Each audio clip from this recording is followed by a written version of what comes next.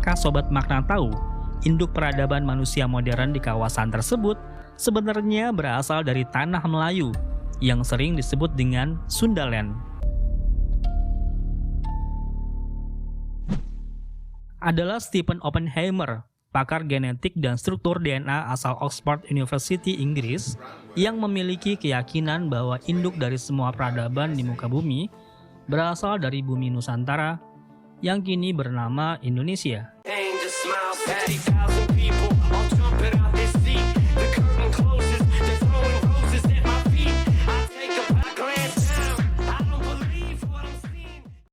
Halo, selamat datang kembali di channel YouTube saya teman-teman. Assalamualaikum, salam sejahtera buat teman-teman semua dimanapun teman-teman berada. Jadi saya ucapkan selamat datang dulu nih buat teman-teman yang baru datang, yang baru gabung di channel ini ya. Saya mohon dukungannya untuk subscribe channel ini agar channel ini makin maju dan berkembang. Juga buat teman-teman yang sudah dukung, sudah subscribe channel ini teman-teman, saya ucapkan beribu-ribu ucapan terima kasih teman-teman. Semoga teman-teman selalu dalam keadaan sehat walafiat, dimudahkan dalam segala urusannya, dilimpahkan rezekinya, serta dikabulkan segala hajat, doa-doa dan permohonan teman-teman semua. Amin ya robbal alamin. Nah teman-teman, kali ini ada salah satu judul video ya dari Makna Masa teman-teman. Saya tampilkan di sini dulu ya, nanti channelnya teman-teman. Mari kita dukung channel ini, mari kita subscribe, like, share, dan komen di channel ini teman-teman, agar channel ini makin maju dan berkembang. Jadi video ini judulnya Sundaland, Indonesia Induk Peradaban Dunia. Wah, penasaran teman-teman ya videonya seperti apa? Nanti videonya saya tampilkan detailnya dan jelasnya di sini teman-teman. Jadi tidak perlu lama-lama ya, karena videonya ini judulnya cukup bikin kita penasaran. Jadi langsung kita putar aja video dari Makna Masa. Asal-usul peradaban manusia masih menjadi misteri. Beragam teori dikemukakan dan dikaji. Selama ini kita mengetahui bahwa kawasan Mesir, Mediterania, dan Mesopotamia merupakan pusat peradaban modern. Tetapi apakah Sobat Makna tahu, induk peradaban manusia modern di kawasan tersebut sebenarnya berasal dari tanah Melayu yang sering disebut dengan Sundaland? Apa saja bukti yang mendukung teori ini? Dan bagaimana manusia Melayu itu menyebar ke seluruh dunia? Untuk mendapatkan jawabannya, simak video ini sampai selesai.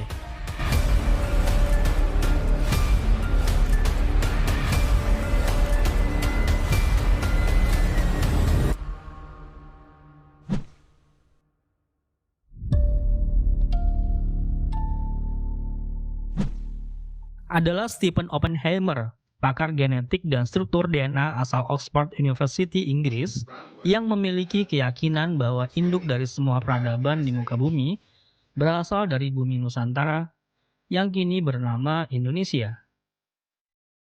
Keyakinannya itu telah dituangkan dengan rapi dalam buku Eden of the East yang terbit tahun 1999. Ia menyebutkan paparan Sunda, benua cikal bakal Kepulauan Nusantara, merupakan asal persebaran manusia.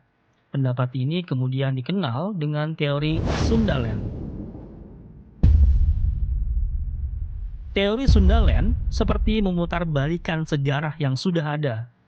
Lewat bukunya yang merupakan catatan perjalanan penelitian genetis populasi di dunia, ia mengungkapkan bahwa peradaban yang ada sesungguhnya berasal dari timur, khususnya Asia Tenggara, yang berpusat di Kepulauan Nusantara sekarang.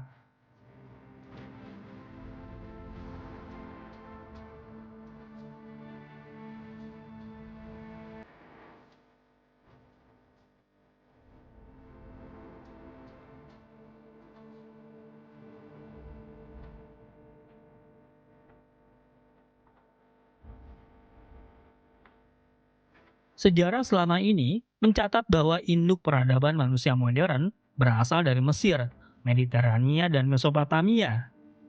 Tetapi, menurut dia, nenek moyang dari induk peradaban manusia modern berasal dari tanah Melayu, yang sering disebut dengan Sundaland atau Indonesia. And so Indonesia and the mainland Southeast Asia has much greater founding diversity than China and East Asia. Apa buktinya?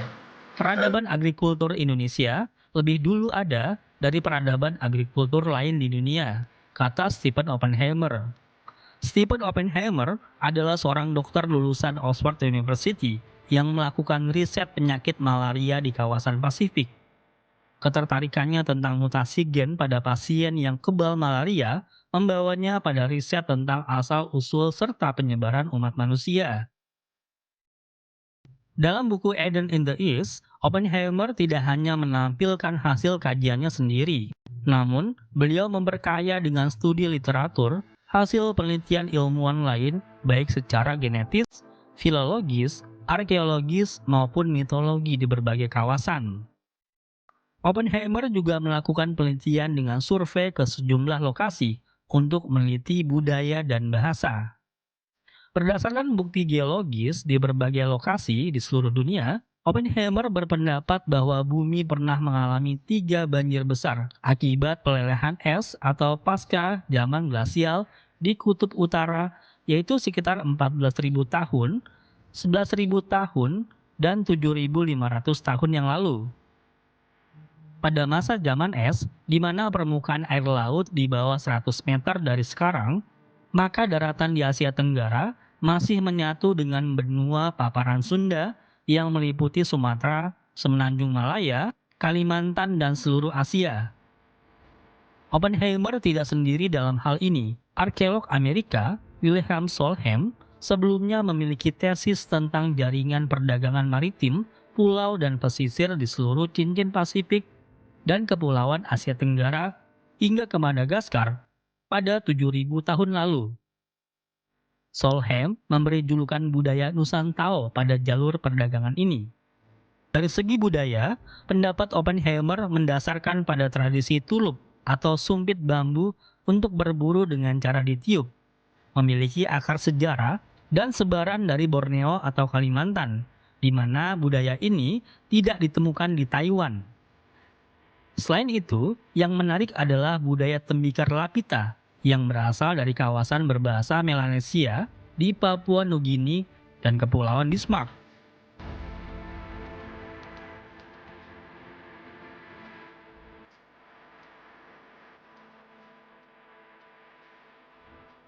Buku Eden in the East juga mengungkapkan bahwa berbagai suku di Indonesia Timur adalah pemegang kunci siklus-siklus bagi agama-agama Barat yang tertua.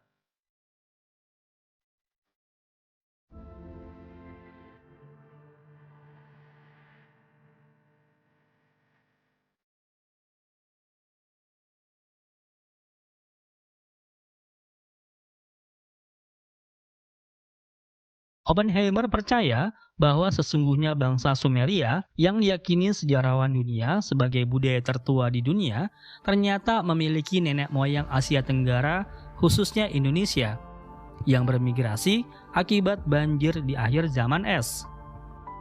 Penyebaran populasi manusia dari tanah Sundaland menyebabkan berkembangnya berbagai budaya Neolitikum di Cina, India, Mesopotamia, Mesir, dan Mediterania Timur.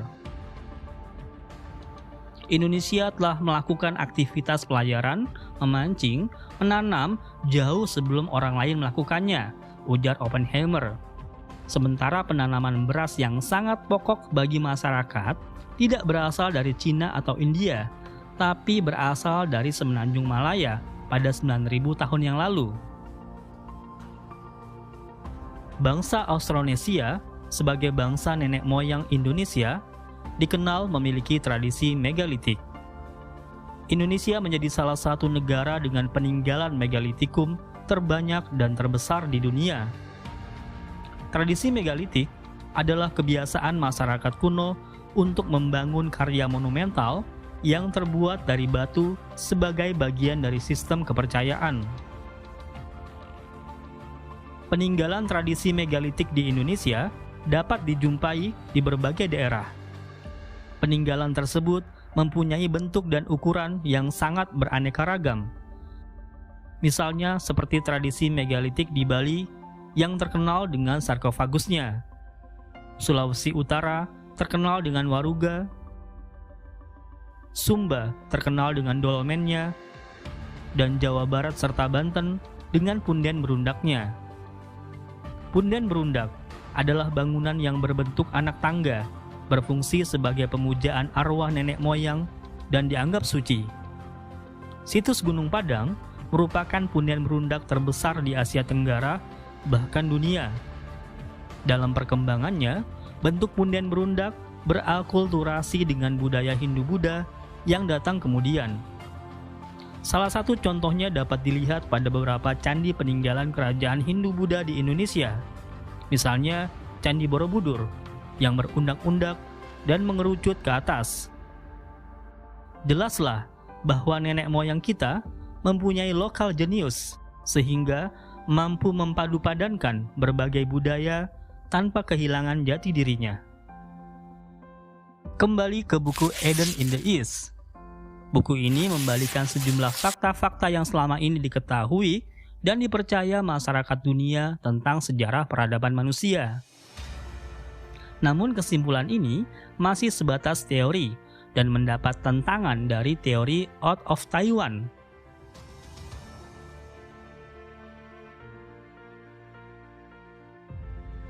Lembaga Biologi Molekuler Eichmann Institute melakukan penelitian tentang mitokondrita DNA dan kromosom Y. Hasilnya, leluhur orang Indonesia berasal dari penduduk asli Taiwan. Semakin ke wilayah timur Indonesia, jejak mtDNA Taiwan semakin menipis karena pencampuran dengan orang Melanesia. Eichmann menganggap dukungan temuan arkeologi atas teori out of Sundaland belum ada. Dalam konteks linguistik dan sebagainya, ini terjadi ada banyak kelemahan dari Stephen Oppenheimer, sehingga mungkin boleh saya katakan dia itu sudah tidak lagi menganggap karyanya itu sebagai sesuatu yang harus memang dipertahankan. Memang Stephen Oppenheimer menggunakan istilah Sundaland, dan saya sudah mengingatkan beberapa teman bahwa hati-hati, yang dimaksud Sundaland pada waktu itu bukan Sunda, berbeda. Pencarian leluhur manusia modern masih terus bergelut dengan data dan temuan baru. Bagaimana menurut Sobat Makna? Apakah yakin dengan teori out of Sundaland? Berikan pendapat di kolom komentar ya. Terlepas dari perdebatan itu, sebagai bangsa Indonesia, seharusnya kita bangga bahwa keanekaragaman suku, budaya, dan bahasa Nusantara tidak sekedar aset kita sebagai bangsa dan negara, namun juga menjadi penting bagi keseluruhan umat manusia.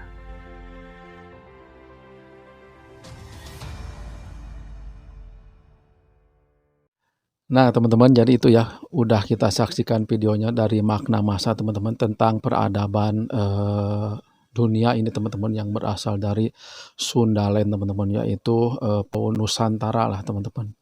Bagaimana pendapat teman-teman? Silahkan teman-teman tuliskan di kolom komentar untuk pendapat video ini teman-teman. Dan memang menurut Oppenheimer ini ya, tadi peradaban dunia itu berasal dari Sundaland ya. Tapi Sundaland itu bukan berarti dari suku Sunda nih katanya teman-teman ya. Jadi memang kalau Mesir, Slovenia, dan Mediterania itu adalah induk peradaban modern teman-teman. Nah jadi silakan teman-teman ya, tuliskan komentar teman-teman di kolom komentar. Saya mohon maaf apabila dalam video ini masih banyak kata-kata saya yang kurang tertata dengan rapi, juga kata-katanya masih banyak yang salah, serta penyampaian isi konten juga belum begitu bagus teman-teman ya menyampaikannya teman-teman. Saya mohon maaf, masih banyak kekurangan dan saya selalu berusaha untuk lebih baik lagi ke depannya. Nah jadi saya tidak lupa mohon dukungannya terus untuk subscribe channel ini agar channel ini makin maju dan berkembang. Video ini saya cukupkan di sini dulu, sampai ketemu lagi di video-video berikutnya. Assalamualaikum warahmatullahi wabarakatuh.